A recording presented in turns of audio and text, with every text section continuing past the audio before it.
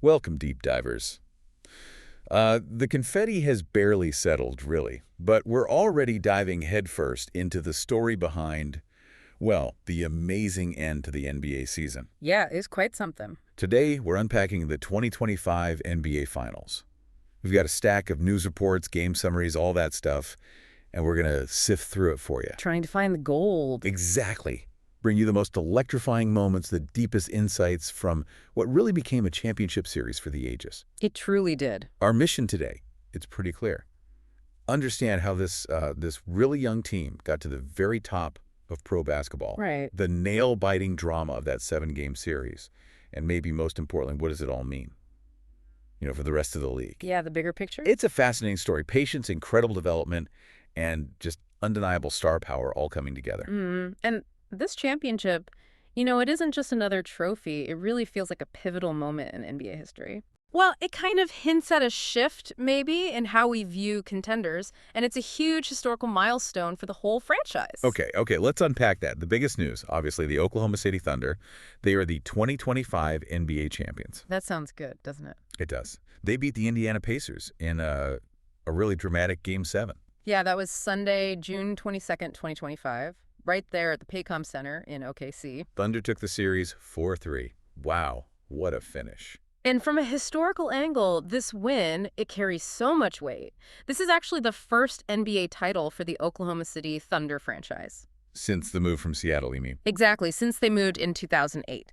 Now, if you include their time as the Seattle Supersonics, Right. this is the franchise's second championship overall. The first one was way back 1979. 79 gets the Bullets. That's the one, defeated the Washington Bullets. So this win, it ends a 46-year championship drought for the franchise. 46 years. That's incredible. They got close in 2012, didn't they? They did, made the finals, but lost, so this is huge. So for the fans, the people who've stuck with them, this must be just immense. Oh, absolutely. An emotional release, like you said.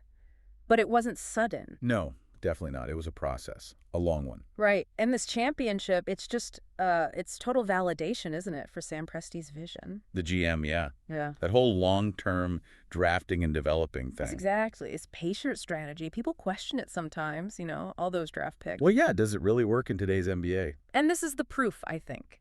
It's the discipline, not just getting picks, but waiting for the right guy, passing on maybe faster fixes. Resisting the urge to make that big splashy trade sometime. Precisely. It kind of challenges that whole super team model we've seen so much of. And you got to give credit to Coach Mark Daigneault, too. For sure. His calm leadership, shaving this young group. Really getting the most out of them tactically. So the series itself, everyone called it a matchup for the future, right? Yeah. Two young, dynamic, really exciting teams. That's a perfect description. So for someone who maybe just caught the Game 7 highlights, walk us through how we got there. What was the feel of the series before that? Oh, man, it was an absolute roller coaster. Seriously. Showcased the resilience, the firepower of both sides. Okay, so Game 1. Game 1, Pacers snatched it on the road, 116-115, super narrow. Halliburton was great. They grab home court advantage right away. Oof, tough start for OKC at home. Yeah, but they punch right back. Game 2, Thunder win pretty convincingly, 108-92. Shai Gilgeous-Alexander, SGA, just dominant.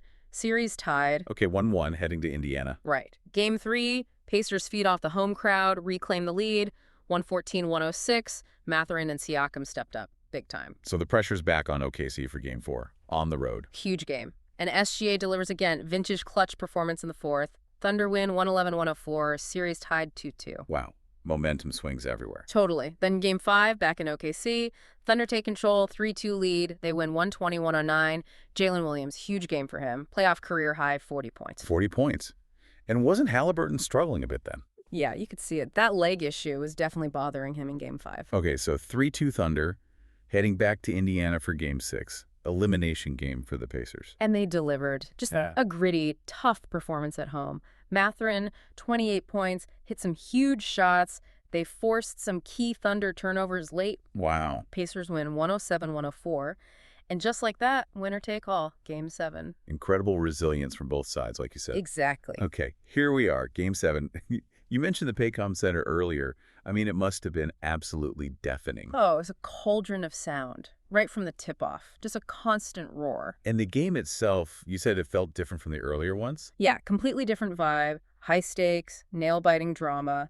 But it was a grind, a real defensive battle. Lower scoring than the others. Definitely. Both teams just locked in defensively. Every single possession felt like a fight. The Thunder's defense especially made things really tough for Indiana's offense, which usually flows so well. Who stood out defensively for OKC? Well, Chet Holmgren was huge. His presence inside. It wasn't just the blocks, though he had 5. Right. It was how he changed shots, forced guys to rethink driving. He grabbed 12 rebounds, too. Yeah. Just controlled the paint. And on the perimeter? Lugans, Dort, just tenacious on Halliburton, fighting through screens, denying him space, really made him work for everything. But the Pacers, they didn't just fold, did they? Even with Halliburton, maybe not 100%. Not at all. They kept battling. Halliburton, you could see the leg was still an issue, but he still put up 14 points, 9 assists. His shooting wasn't there, but he was directing things. Who carried the scoring load for them? Pascal Siakam was big. 25 points, 10 rebounds, that veteran presence they needed. And TJ McConnell off the bench. Always brings energy. Always. 15 points, 6 assists, just a spark plug. And the rookie, Benedict Mathurin, added 18 points, showed again why he's got such a bright future. Man, they really pushed OKC right to the end. Absolutely to the limit. So how did the Thunder finally put it away, those last couple of minutes? What were the key plays? Well, the Pacers cut the lead down to just 4 points. Under 2 minutes left. Felt really tense. I bet. But the Thunder responded right away. Crucial little scoring run. Jalen Williams hit this really tough, contested mid-range jumper. That felt big. Pushed the lead back up. Okay. And then SGA, Shai Gilgeous-Alexander, he delivered the dagger, step-back three-pointer right over Halliburton. Less than 40 seconds left. Wow. The place just erupted. Absolute frenzy. That basically sealed it. Final score 102-95. What a moment. And that performance obviously led to some individual hardware, too. Oh, yeah. The 2025 NBA Finals MVP, overwhelmingly Shai Gilgeous-Alexander. Had to be. His performance through all 7 games was just phenomenal. Really cemented him as, one of the absolute top guys in the league, no question. What were his numbers like for the series? Just staggering. Averaged 34.1 points. 34. Yeah. 6.7 assists, 5.2 rebounds, 2.1 steals, 1.3 blocks per game. And the efficiency was crazy, too. Over 50% from the field, 90% from the free throw line. Good grief. And in that deciding Game 7, he led the Thunder with 33 points, 8 assists, 6 rebounds, hit the biggest shots. So beyond the stats, what was it about his performance that stood out? You mentioned his evolution. It's his calm. Under that kind of pressure, he just never looks rattled. It's remarkable. Exactly. And his relentless attack, getting to his spots, drawing fouls. He lives at the free throw line. But the biggest jump, maybe, is his defense. Becoming a two-way player. A complete two-way force. He locks guys down now, too. So you add the Finals MVP to his regular season MVP. What a year for him. Unbelievable season. Yeah. But like you said, it wasn't just SGA.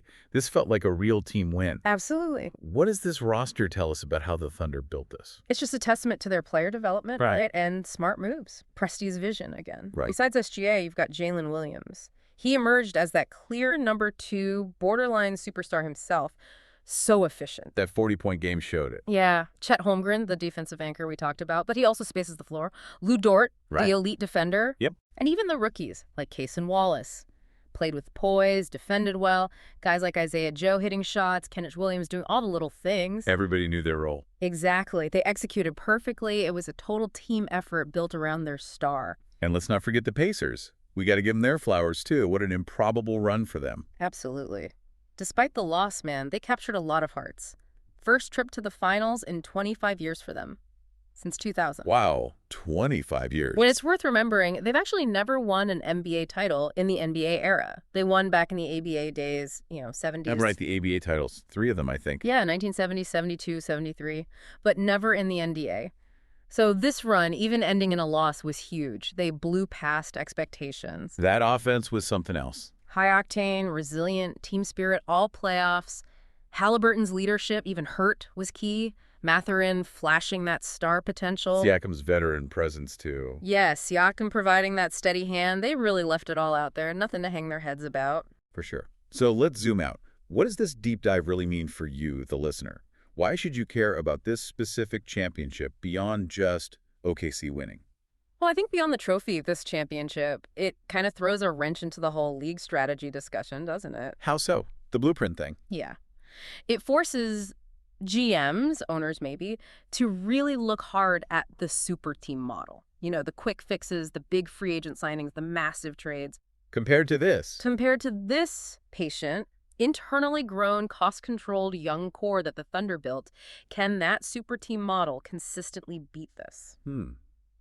That's a really interesting question. It could really change how teams think about building rosters over the next, say, 5-10 years. Okay, but play devil's advocate. What's the counter? Why might this not be the magic formula for everyone? That's fair. It's not foolproof, right? I mean, OKC hit on an exceptional number of their draft picks. That's hard to replicate consistently. Luck plays a part too. For sure. And they found a generational talent in SGA. Not every rebuild finds that guy who speeds everything up. Right.